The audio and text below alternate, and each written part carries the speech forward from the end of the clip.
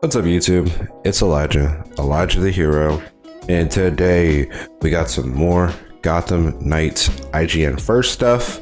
Yeah, this one I feel like came out of nowhere. They normally have like the notification or set reminder, but this time they didn't. I didn't even know this was coming out until earlier this morning when I see people like Caboose drop their video for it.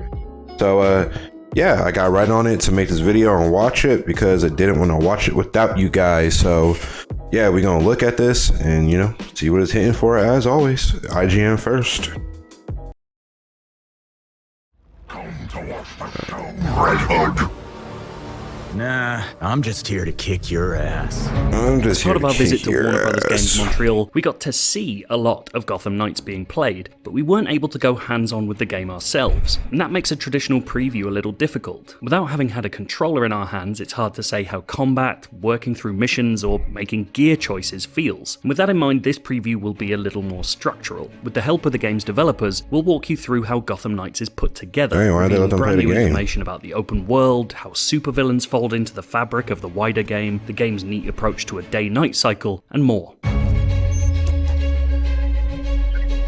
I forgot there was a day and night cycle in this game. As we've spoken about previously this month, Gotham Knights' world is aiming to feel like a real city, with centuries of history behind it. Part and parcel with that is how truly open it is. The developers ensured that almost the entirety of their Gotham is open from the very beginning, with each of its 5 boroughs offering different traversal opportunities, different threats, different activities, and different characters. But the team also wanted to create the sense of a city reacting to the presence of new vigilantes hitting the streets. I would say we start off the game in a pretty cold version of Gotham. The police don't like you, the citizens don't like you, and over time the tone evolves because you identify major threats to the city, you can find out to a certain extent what's going on beneath the surface in Gotham, and you gradually build the confidence of the citizens. Of course, some will That's always cool. be on your side, and a group of citizens called the Watch act as an informant network for the Knights, offering up missions that will help stitch their parts of the city back together, all of which will see you head out into the darkness to help bring some light back to Gotham. As it turns out, Dark Knights in training like to come out during,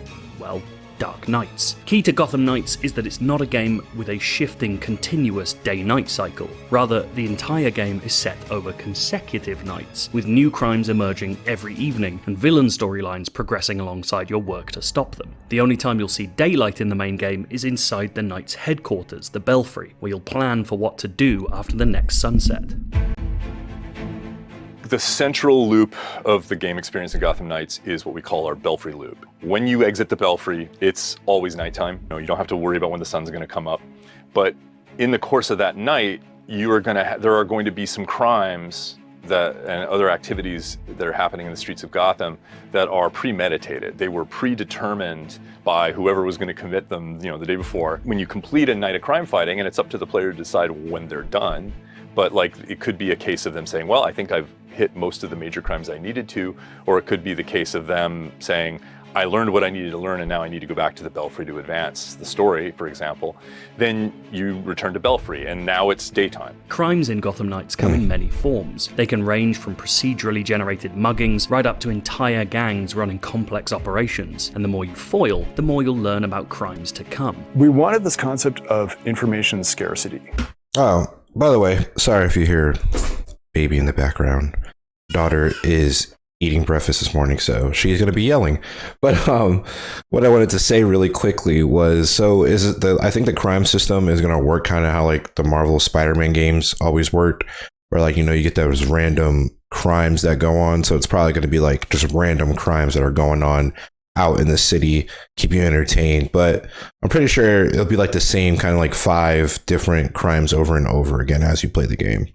So you need to find stuff out about the city night after night. You already have a kind of activity queue that you can be tracking and deciding, okay, I think that's going to be more important for me to take on. Maybe this is more interesting to me because it maps better to one of the challenges that I'm trying to complete. Or maybe this that's a cool way to switch. on me finding that next chapter in the larger mystery, right? So there's a lot of different reasons why a player might choose to go after one particular crime or another. Unlike the game's checkpointed story missions, if you fail a crime, there's no opportunity to replay that exact situation again. It's all part of the superhero learning process. Once you end a night, crimes are reset. That night is over. The crimes that you didn't solve continued unabated, and now you're in a situation where you can look at what's coming up for the next night. I also noticed that like they're kind of like when they're in the belfry, they're like civilian clothes. They're always different every like kind of like trailer or like anytime we get to see them in the belfry. I wonder, do they get like different clothes every new day, or is there like a rotation of like 5 different outfits that they just wear every day or every other day basically? Because that is not what Jason was wearing before, and then Tim was wearing something different too. Night. So maybe you've collected enough clues that you're going to know in advance. Oh, there's going to be a heist at the bank, or there's going to be an armored car robbery, or someone's going to try to break somebody out of prison. You know, in addition to that, there's a bunch of things you don't know about, right? There's all of the other crimes that haven't been revealed, and you can find out about them through patrolling. It's a system designed to keep offering new ideas without feeling inauthentic to how a real city might work. But of course, in a comic book city, not all crimes are created equal. Sometimes in your nightly patrols, you'll stumble across information that points to a much bigger, more recognizable threat. Did you miss me? We were shown precisely nothing of the game's main story campaign after its tutorial. The team clearly wants to keep its take on the beloved Court of Owls storyline as clandestine as the group itself. But the game's villain storylines aren't necessarily a part of that darker conspiracy. Like any good comic book world, multiple supervillains are running riot across Gotham simultaneously, each with their own agendas. In Gotham Knights, that means that supervillain arcs are optional side stories taking place over multiple nights and made part of the open world itself, not just story dungeons. As you learn more about the villains taking on specific missions along the way, your Belfry evidence board will begin to grow, connecting clues to evidence and eventually letting you trigger what the team calls a villain night. You know, when we talk about villain nights, we sometimes refer to them as epic villain crime, and it's because we always wanted the villains to be menacing Gotham City. We didn't want it to be a case of, oh, I'm going to go into this sort of bubble dungeon universe and Gotham somewhere else, and I'm just engaging with them here. And sometimes that means we do some fundamentally big changes, right? We like encase Elliott Center in ice. In the case of, one of the later missions in the Harley Quinn arc, Gotham City Hospital is going to be, invaded and is going to be thrown into chaos. While it's very possible that these optional arcs could illuminate the main storyline somehow, the impression we got is that these standalone villains are there to enrich the sense of Gotham as a true comic book city with multiple threats to stave off at one time. And that applies to the town's gangs as well. As we've talked about before, Gotham Knights factions aren't just goons for a supervillain, although they certainly can be. Instead, they populate the city themselves, causing various flavors of mayhem depending on their affiliation. So far, we've seen the Freaks and the Regulators, and some of our footage has made mention of Red Hood's hatred for the mob. Hey look, more scumbag looking for a beat. This feeling of criminal elements spreading across the city is intended to get across the endlessness of the superhero's job. You're not able to wipe out a faction from the map, you're simply stymieing their work. You can clean Gotham of crime for a night, but you can never stop it. Even Batman wasn't capable of that, and neither. That makes a lot of Practically, sense. that means there will always be crimes to fight and combat to be had, but factions also provide another service. Each one is tied to specific gear, crafting materials, and other unlocks, which you'll use to beef up your heroes. We've covered Gotham Knights' many superhero suits previously, but that was very much from the cosmetic angle. From a more gameplay-driven angle, players will be able to craft gear that alters their hero's armor, melee, and ranged items, offering stat boosts and elemental damage changes. Crafting that gear comes down to two things: having the blueprint and the materials to make it. All of the gear is created through crafting. There are flavors of gear, and it applies in slightly different ways to suits and melee weapons and ranged weapons, but what they kind of have in common is this focus on these elemental damage types. Cryogenic, freezing damage, thermal damage, electrical damage, poison, stun, these kinds of things. And those interactions should become doubly interesting by introducing another player into the world. From day one, the Gotham Knights team has made clear that its take on two-player co-op is completely untethered, meaning one player can theoretically explore another's world without ever having to meet them. Anytime That's you're pretty playing cool. in Gotham City as opposed to inside a story dungeon as part of one of the beats of the main mystery of the storyline, you're untethered. It also provides the most organic kind of superhero meetup opportunity where you think your buddy is with you and then he disappears for a while because he got distracted by something and you found a collectible. And then a second later, you look up on a rooftop and a batarang comes out of nowhere and here's Batgirl and she's here to help you stop a crime. Of course, this could throw up issues of how progression works for players and how players at different parts of the story. That's exactly what I was thinking. The solution is elegantly unfussy. Characters of different levels will scale so that they somewhat match, enemies will also scale to the player's levels, and most importantly, progression matters to the host and the guest. When you're in Gotham, the host is their story.